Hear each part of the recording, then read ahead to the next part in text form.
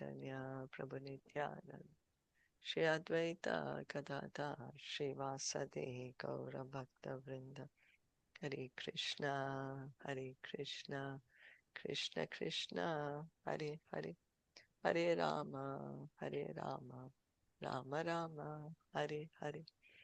We continue reading from Srimad Bhagavatam, Canto 10, Chapter 1. We have been hearing how Vasudeva, he had to make a very difficult decision that all the children that are born of Devaki, he's going to give to Kans. And then the first child, he did the name giving ceremony also. You remember the name of the first child? Krityavan. Kirtiman. Yeah. Kritiman, yeah. And so then we continue reading. Drishtva samatvam tachore. Drishtva samatvam tachore. Satye cheva vyavasthitim. Satye chaiva vyavasthitim. Kamsastushta manarajan. Kamsastushta manarajan. Prahasan idam abravit. Prahasan idam abravit. Translation and purport by His Divine Grace, A.C. Bhaktivedanta Swami Srila Prabhupada. My dear King Parikshit, when Kamsa saw that Vasudev, being situated in truthfulness, was completely equipoised in giving him the child, he was very happy. Therefore, with a smiling face, he spoke as follows. The word samatvam is very significant in this verse. Samatvam refers to one who is always equipoised, unaffected by either happiness or distress. Samatvam. Krishna tells Arjuna in Bhagavad Gita, chapter 2, text 14, that happiness and distress are non-permanent. They are like the seasons which come and go. So tolerate them. Here we can see Vasudev is equipoised, samatvam. You know, we get so affected with happiness, and we get so affected by distress. But we are advised, Krishna says, to be equipoised. Vasudeva was so steadily equipoised that he did not seem in the least agitated when delivering his firstborn child into the hands of Kamsa to be killed. In Bhagavad Gita 256 it is said, Dukkeshva anudvigna mana sukheshu vigata sraha. In the material world, one should not be very eager to be happy, nor should be very much disturbed by material distress.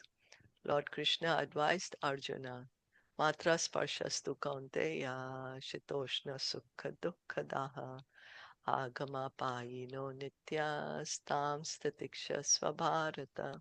O son of Kunti, the non-permanent appearance of happiness and distress, and their disappearance in due course, are like the appearance and disappearance of winter and summer seasons. They arise from sense perception, O Scion of Bharat, and one must learn to tolerate them without being disturbed. Bhagavad Gita, chapter 2, text 14. So Krishna is saying that happiness and distress is non-permanent. We think they are permanent. We think the situation is going to last forever. That's why when distress comes, we feel so depressed. We may think, oh, when this is going to end, when this is going to end. But it will end. As happiness comes by itself, distress also comes by itself. And then as happiness goes, distress also goes. So Krishna is saying we need to tolerate them, and he's saying we must learn to tolerate them. One must learn to tolerate, Krishna is saying, without being disturbed.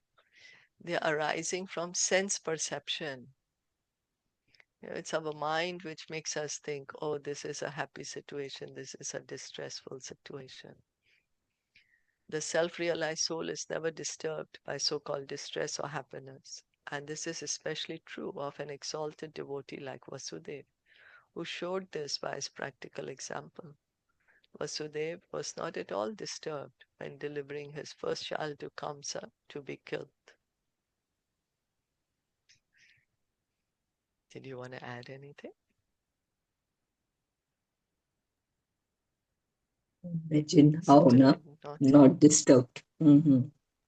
Yeah, not easy, Not easy. Yeah. not easy for us.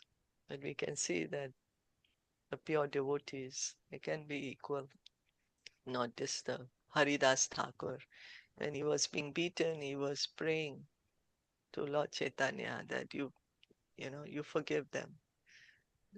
Don't you know, don't punish them. Forgive them for their sins, as Lord Jesus Christ was also praying.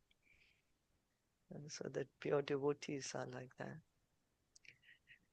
Pratiyatu kumaro yam Pratiyatu kumaroyam nahi asmad asti me bhahyam nahi asmad asti me bhayam ashtamad yuvayor garbhan ashtamad yuvayor garbhan mrityur me vihita kila.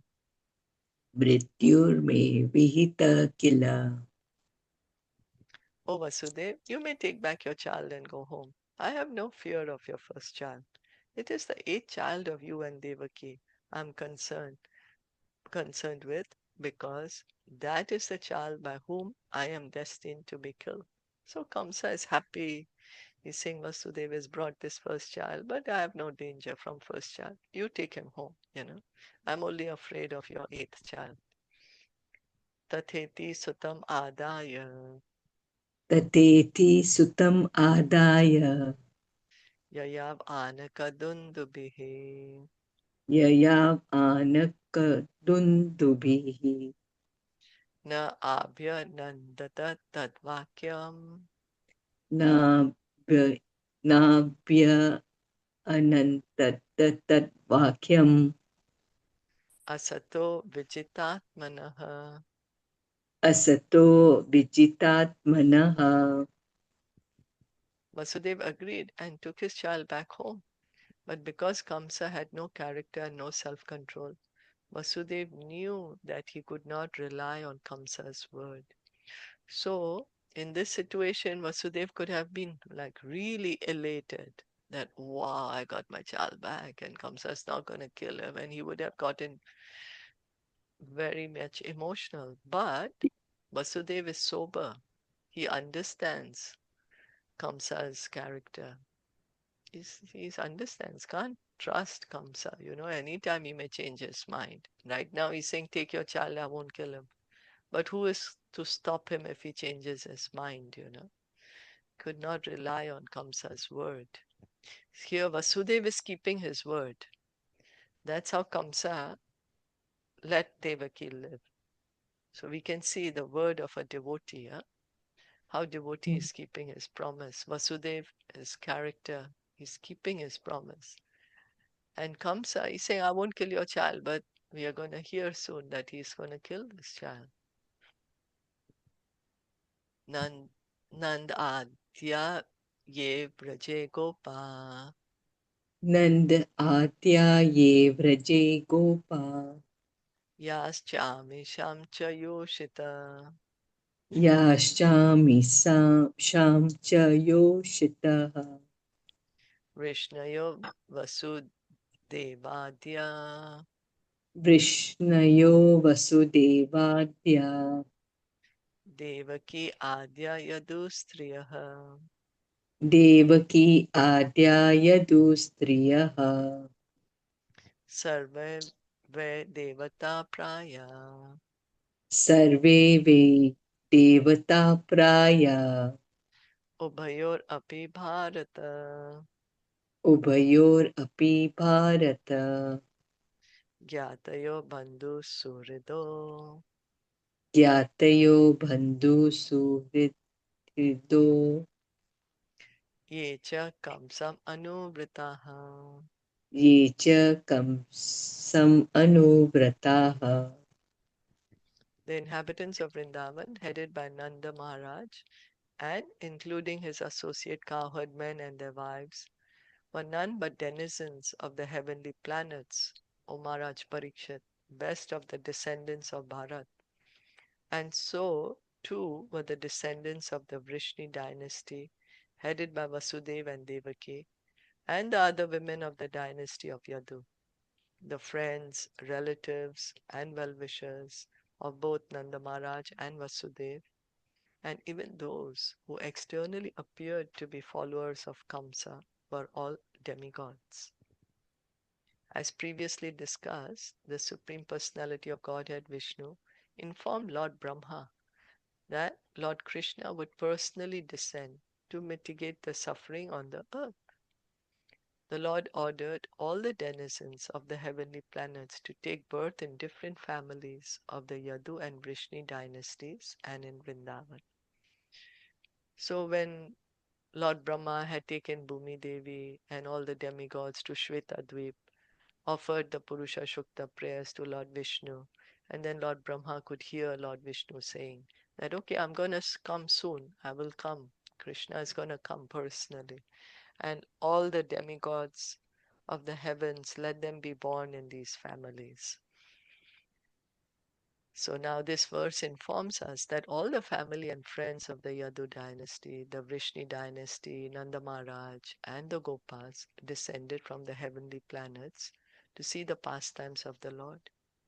As confirmed in Bhagavad Gita 4.8, the Lord's pastimes consist of Paritranaya sadhuna vinashaya cha dushkritam, saving the devotees and killing the demons.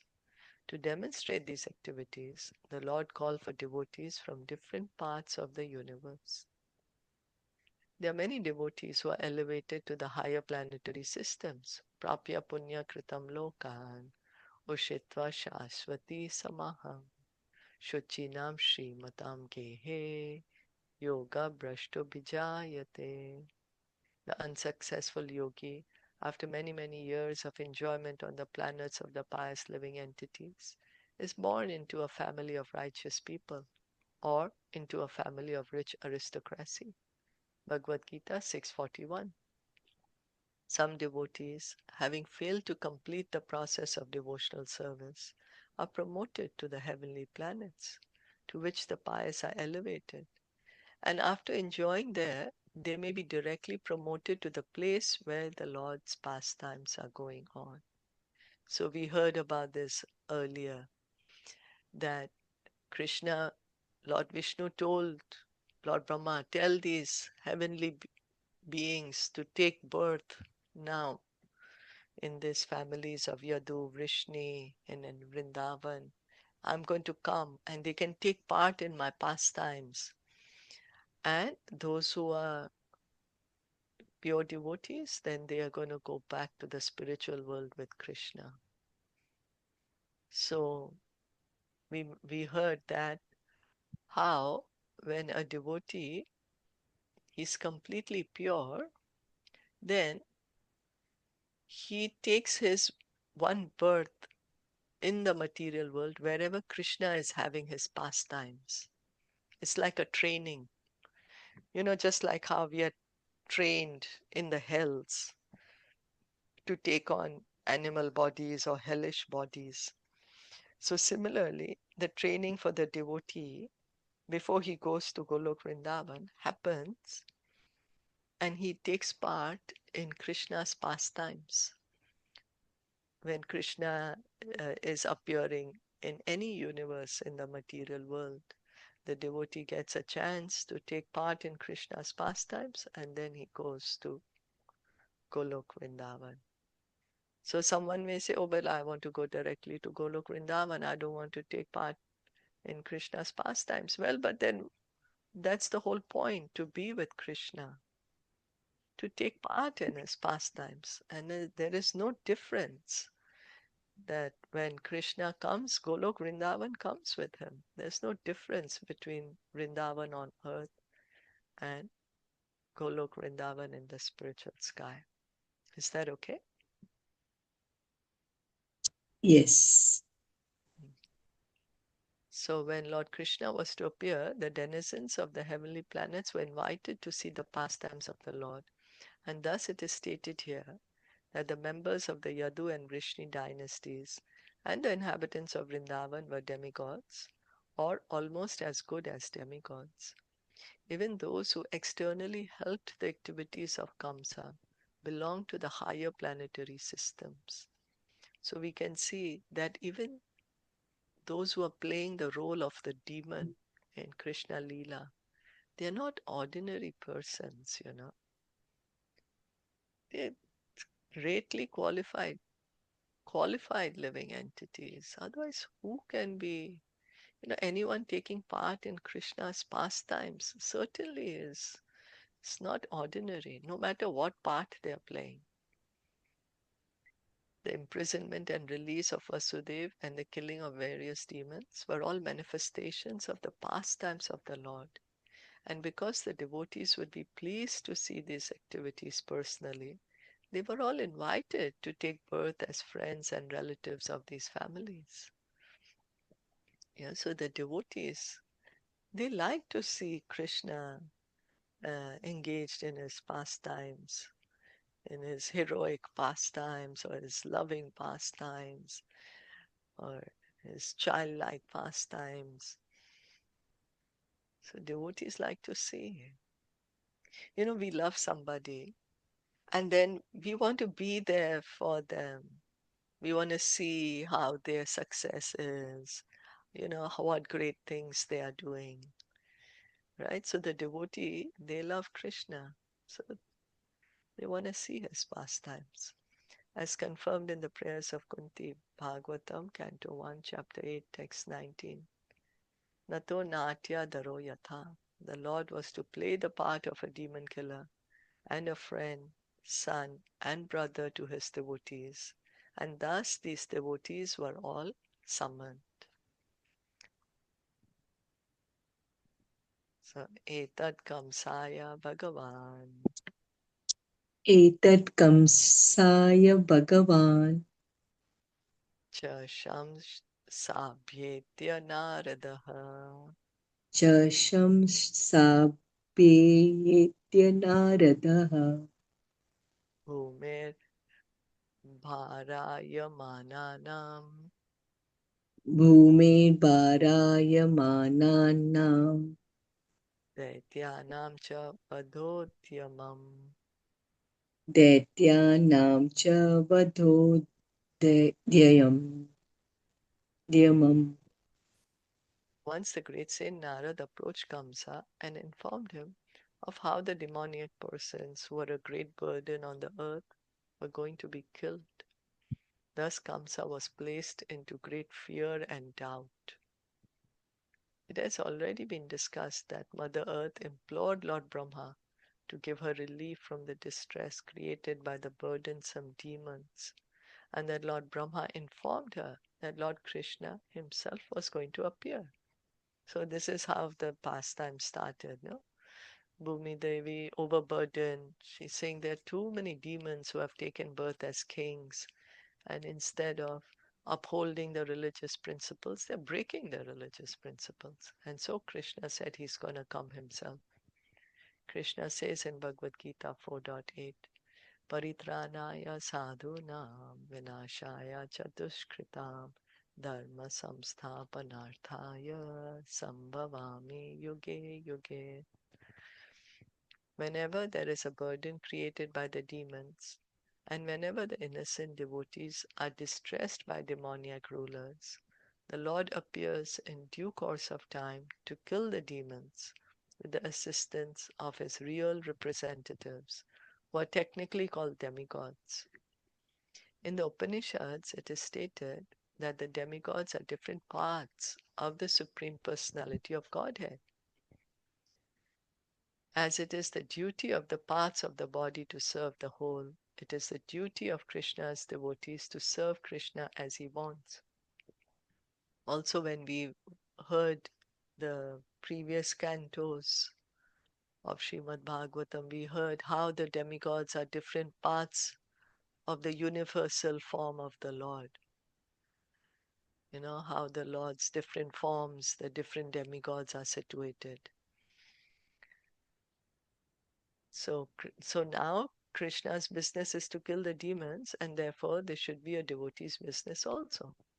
So Krishna was coming, he's going to kill the demons. So he's called all the demigods, come, take part in my pastimes. Sri Chaitanya Mahaprabhu, out of kindness for them, did not bring any weapon to kill them.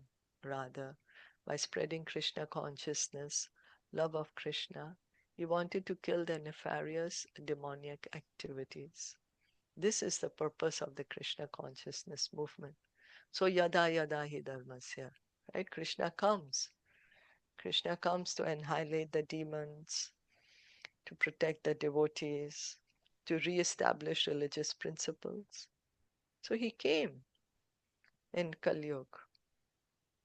Oh. And who did he come as? Sri Chaitanya Mahaprabhu. Yeah, Sri Chaitanya Mahaprabhu.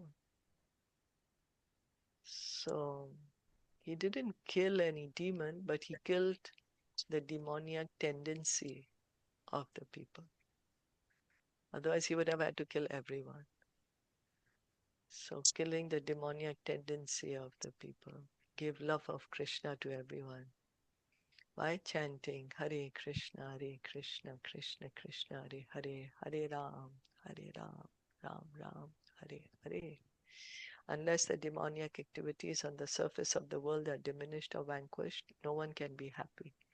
The program for the conditioned soul is fully described in Bhagavad Gita, and one simply has to follow these instructions to become happy. Sri Chaitanya Mahaprabhu has therefore prescribed Hare Rama, Hare Nameva Kevalam, Kalau Nasteva, Nasteva, Nasteva Gatiranyatha. Let people chant the Hare Krishna mantra constantly. Then the demoniac tendencies will be killed and they will become first-class devotees, happy in this life and in the next. So this is what Krishna wants us to do. He wants us all to be happy. By chanting Hare Krishna, we will all be happy. Did you want to add anything?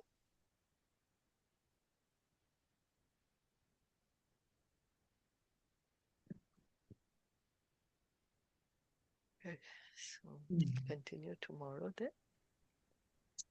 Srimad Bhagavatam ki jai, Srila Jai. Prabhupada ki jai, Gaur Jai. Bhakta Vrinda ki jai. Hare